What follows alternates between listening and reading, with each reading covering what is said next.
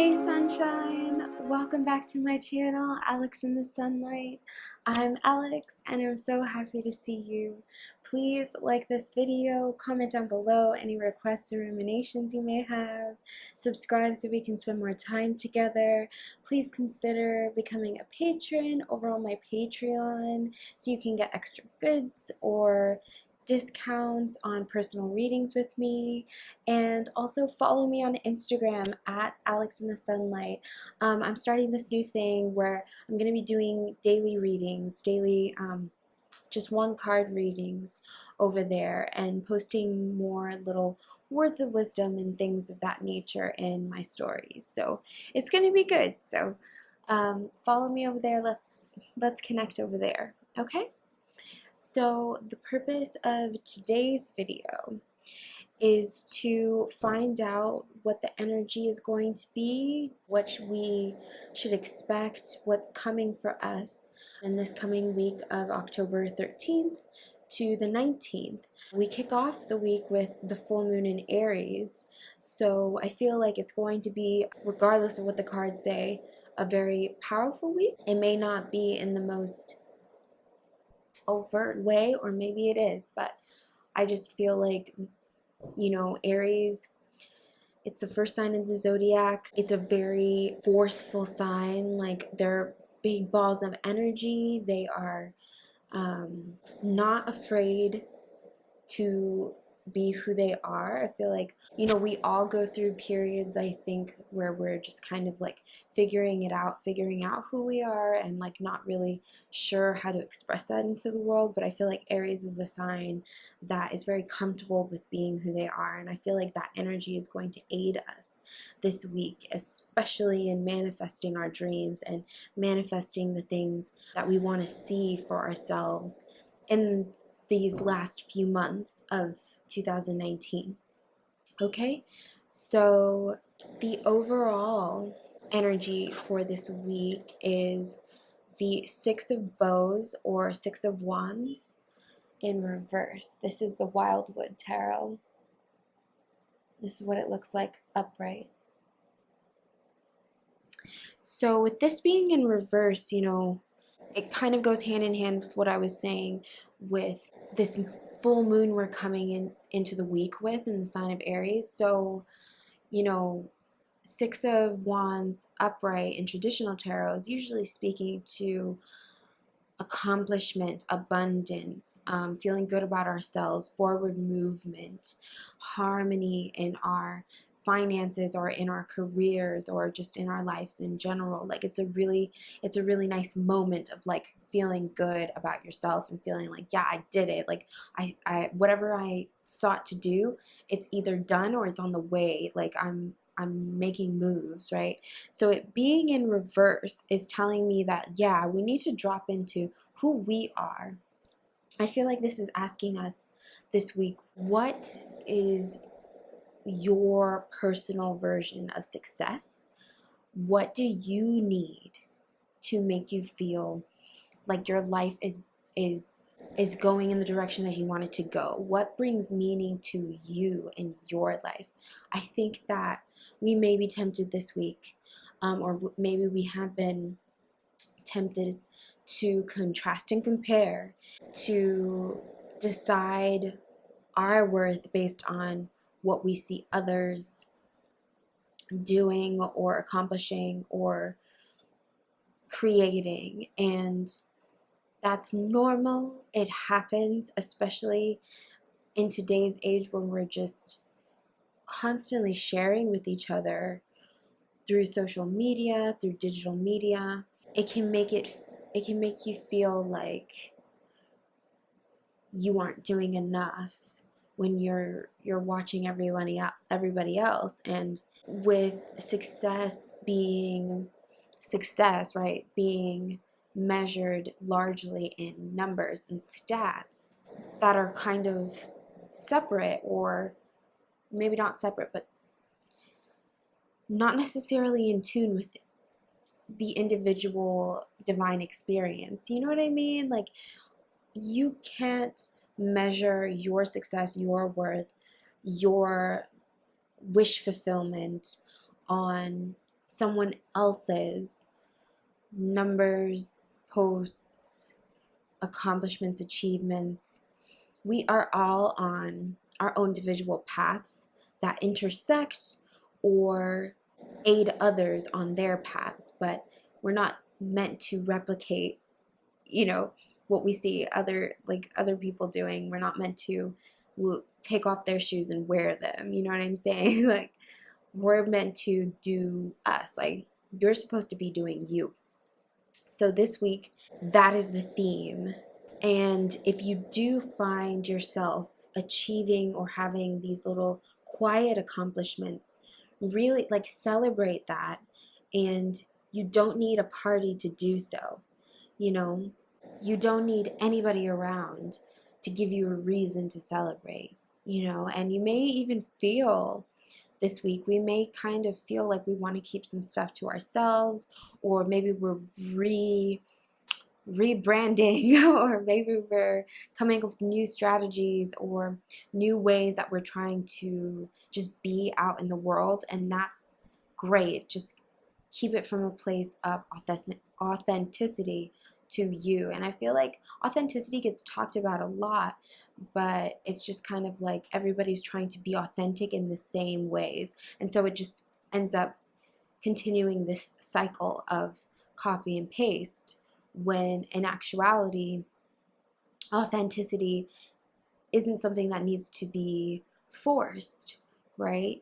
Who you are when no one's watching, the way that you sing in the shower, or you know dance in your room, or dance while you wash the dishes, or crack yourself up, telling yourself a joke in your head and like nobody's around and you're just like laughing. Like, those little moments, I feel like, can teach us more about who we are and the things that we like and what we want out of our lives, than just trying to use someone else's template. You know what I mean? But I get it. It's like we feel this pressure if we see how someone else succeeded, and all we want is to find a way to succeed ourselves.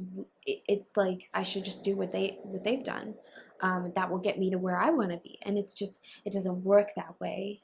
We all have our own individual paths, and your dreams, even if they sound similar to someone else's, they are uniquely your own. So that's what we've got to remember this week. Okay? The animal spirit guide that we've got for this week, oh my god, this card keeps coming up, is the rabbit. So yeah, we may be struggling this week to find our own sense of bliss, our own sense of achievement. We might be worrying about if it's not coming fast enough.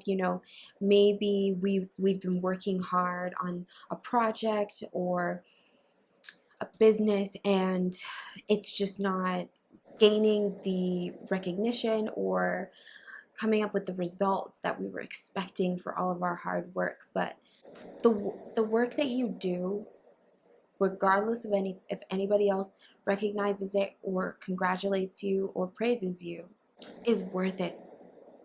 It's worth it. Even if that's just work on yourself, even if that's just emotional or mental work, it's worth it, right? Everything that you do, everything that you are is worth it. You are worthy. You do not need accolades. You do not need traditional forms of accomplishment or validation. You don't have to worry, because you are enough exactly as is. Okay? Let's see what it says in the book. I know what it says in the book because I've been pulling this card for everybody, but well, let's just see what it says in the book. The rabbit loves to remind his friends that someday the eagle will swoop down and eat him. He talks and talks and talks about it, so loudly, in fact, that one day the eagle hears and thanks him for the great idea. Rabbit energy is alive when we are scared, most often about the future, and we become our own worst enemy. We spin up a dust cloud of fear and then complain to others that we are lost. Notice your thoughts and words, O rabbit. They shape your destiny. I just feel like, I just keep hearing like, man, like it is written and it is done. The seeds that you planted, they're growing. Let your ideas, let your wishes, let your hopes take root. It's natural to feel some anxiety, to feel some apprehension, or to feel some worry or concern when you care so much about something. You know what I mean? When you care so much how your life turns out. So I would say, look at it that way this week. If worries or concerns are just boggling your mind, remind yourself like, wow, I care so much. I'm really in this. And that's beautiful. That's beautiful. Okay? But remind yourself as well that, you don't need to suffer twice. If something doesn't go as you thought it would, or if you're just feeling like you're comparing your chapter 2 to somebody else's chapter 17 this week, remember, you don't have to suffer through that. Put your mind on something else. Do something just for the fun of it. Do or put that focus back into your work, whatever it is that you're working on. Or if you just decide, you know what, I can't do it this week. I don't want to work on anything at all. That is also in its way working on something. It's working on rest, working on rejuvenation, working on, giving yourself a break so you can come at it stronger, right? I feel like that's like kind of a running theme for just the end of this year, is like we've just been going and going, and now it's just kind of like, remember, we are in autumn. Like, this is the season to start winding down, and we've been picking up so much momentum that I feel like now is just kind of like, okay, things are beginning to slow, and that can feel a little bit tense at first, and it can cause us to worry and wonder why, but everything happens for a reason, and everything has its own season, including you. Okay? The next card we pulled from the angel oracles is receptivity. We need to meditate. You see her, how she's sitting here and she's meditating, and then boom, it's like her higher self bursts forth and she has access to the universe, right? Part of these worries or these blockages we're feeling is because we're not really necessarily, some of us, in a space to receive, because we're so distracted by our ambition or by our worry that we forgot that, some of the most fruitful times are when we are still, right? Things happen, some of the best things happen when you least expect it, when you're not expecting it at all, when you're just going about your business and you stopped thinking about that stuff. Like, especially if you're the type of person to go and look up how to manifest something. What is one of the things they always say, right? You write it down, or you put it to the universe and you let it go. You don't hold on so tightly. So I feel like that's what this is kind of reminding us. Like, find some kind of meditation practice so that you're not just holding on so tightly. Like, open your hands so the universe can put your blessings in it. Let's see what it says in the book. Take the time to still your mind and find your silence within. Dedicating even just a few minutes a day to quiet contemplation will help you become more receptive to the spirit of light that allows you to see clearly and find peace and harmony within the universe. And our prayer for this week: I still my mind and open to the spirit of light that permeates all things. I am at one with the universe, and I gratefully receive its blessings. Yeah.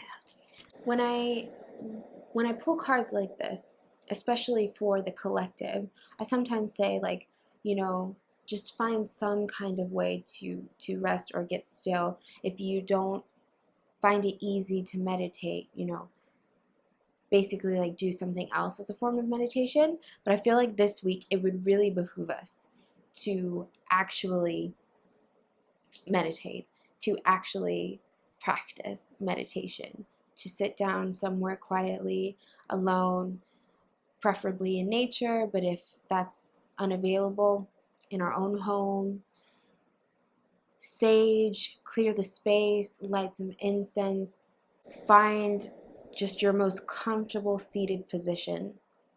Close your eyes and focus on the breath. Bring the attention directly to the breath. And when you have your thoughts, you're gonna have them.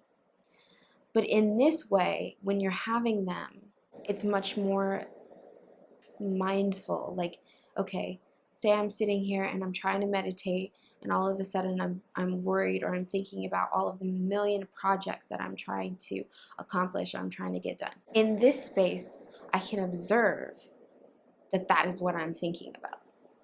And that observation brings me the necessary awareness I need to know what to do next. I've just essentially like watched myself having the thought, and so it's like I feel like so much of the time we have all of these thoughts. They're ping-ponging around in our brain, and we're worried, we may be anxious, but we don't always know why, or we don't always know where it's coming from. When you get in the space of meditation, it's not necessarily the goal is to become a robot and not think anymore.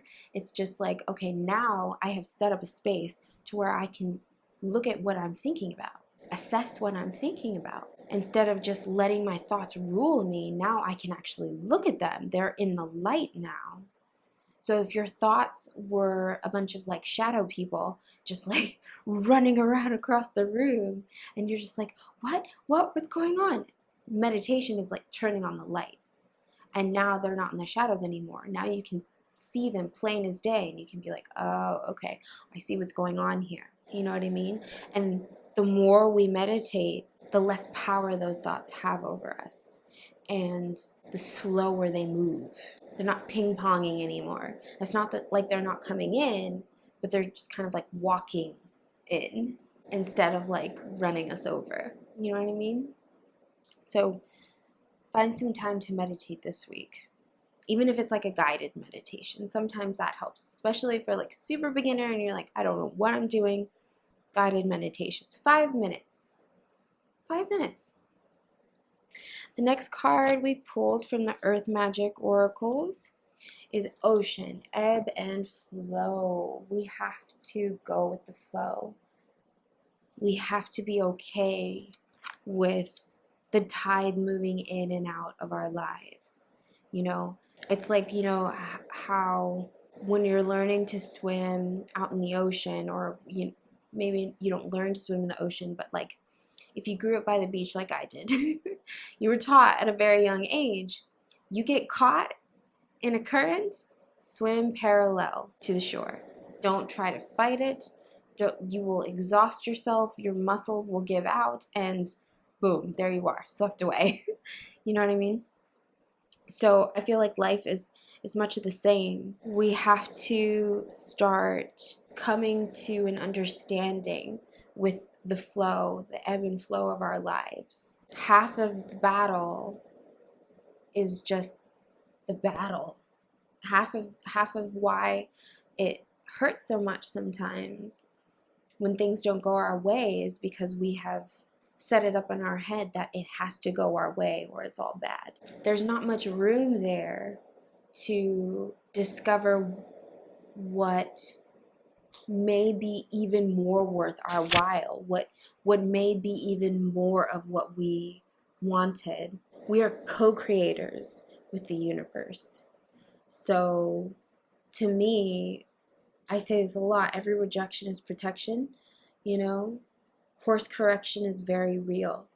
So, and there are just natural highs and lows in life. Just like I said before, we've entered autumn. We are slowing down. It's the end, it's getting towards the end of this year, and I know that's really hard to wrap your head around, you know? It's like this year went by so quickly, but it would really help if we all started accepting the seasons in life, not just with the weather, but like understanding that there is a high time and, you know, a slower, lower time, just like with the tide. But let's see what it says in the book. An important aspect in the art of living is to move with the ebb and flow of your emotions, joining their fluidity but not being captured by it. It is also not necessary to become obsessed with any particular fluctuation in mood or feeling. They are simply emotions, often activated in ways that are completely beyond your understanding. When you neither minimize nor exaggerate the intensity and importance of your emotions, you then have a greater sense of when and how to express them. You have been fighting the ebb and flow of your own feelings, denying your hurt, anger, or sorrow by either attaching yourself to one or the other and nurturing it as if it were a nursing child, or else smoothing over your feelings with more practiced responses that deny and hide what is going on beneath the surface of your expression. When you attempt to constrict yourself from experiencing your emotions, it is much like trying to stem the tides that grow even more forceful with every attempt humans make to control them. Allow yourself to swim with these variations rather than resisting them. So we may feel stuff this week that we're not necessarily ready for, or that we don't, not even that we're not ready for, that we're kind of like sick of feeling maybe, or that we're just trying to tell ourselves isn't important right now, or gets in the way of what we want to feel. But you can't distract your way out of feeling something. You know what I mean? And we have to honor our emotions. We have to honor our feelings. They're there to guide us. If you don't like something, if something makes you sick, it's your body letting you know, like, please don't eat that again. Like, that doesn't make us feel good, or your emotions, they're like your barometer. They're letting you know something. So when you ignore them, you ignore valuable information. It's not wrong to feel, okay? The next card we've pulled from the Goddess Power Oracles is Sophia, Divine Wisdom. I was just talking about valuable information. Okay. Yeah, I feel like she's just like it's all talking about divine wisdom. Like, figure out what your version of success is. Figure out what will make you happy, what will make you feel accomplished, right? This anxiety, this worry, this is coming from kind of like you thinking that you know more than you do maybe, or not allowing yourself to be open to more information that will maybe ease your anxieties. Or the rabbit energy can also be very intuitive. Maybe instead of listening to the ego's anxiety, start listening to the insights from your intuition, which is much quieter, right? Receptivity, find some meditation practices so you can receive downloads, right? Pay attention to the information hidden within your emotion. But let's see what it says in the book. Human wisdom comes from personal experience, but divine wisdom is unknown to our life experience. When we ask for help, we are asking for guidance from a source greater than us, a great unknowable mystery. When we receive it, it is often life-altering and affects us in ways beyond our comprehension. The Gnostic goddess Sophia, who brought the material world into being, arrives to show you how fate and destiny operate in relationship to synchronicity. When you least expect it, opportunities and meetings spring up as if out of nowhere. Your life begins to work out, and you sense your alignment with a higher purpose and power. Trust you are divinely protected and directed. Practice the act of faith before results. This is an essential key in co-creating your world. Right, we are co-creators, and yes, we've got to this week practice faith before results. This Six of Wands is going to be put right. Our time is coming, but we need to have a little bit more faith. We've got to start quieting the monkey mind with some meditation. We've got to accept our emotions and receive the gifts of information that they hold within them and just realize that we've got this, and what is ours, what is for us, will not go past us. Okay? Practice faith before results this week. The last card we pulled from the Sacred Geometry Activations Oracle is Alchemy.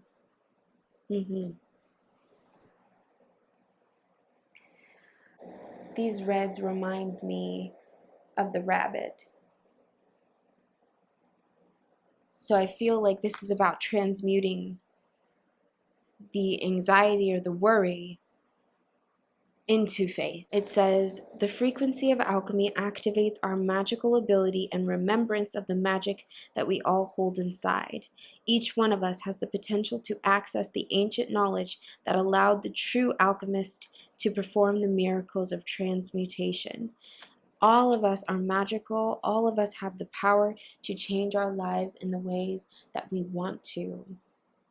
We just have to believe in ourselves, and we have to believe in our connection to the universe, our connection to spirit, our connection to the divine. We have to believe that we are co-creating this existence. So if you want something, if you are working towards something, there's no way that your dream won't come true. Okay? Remember, you are the alchemist this week. You are the magician. Okay? Have faith. Okay? That's all I've got for us for this coming week, October 13th to the 19th. I think it's going to be pretty exciting, and I think it's going to be pretty positive. And I'm excited for what gifts the full moon is going to bring us. Leave a comment down below. Let me know if this resonated with you, and you can come back every day of the week and let me know how's it going, which of the cards do you feel like is corresponding with how you're feeling that day, or if it's all of them. I just want to know, okay? Thank you so much for sharing your time and your energy with me. I really appreciate it. The magic in me honors the magic in you. Be well.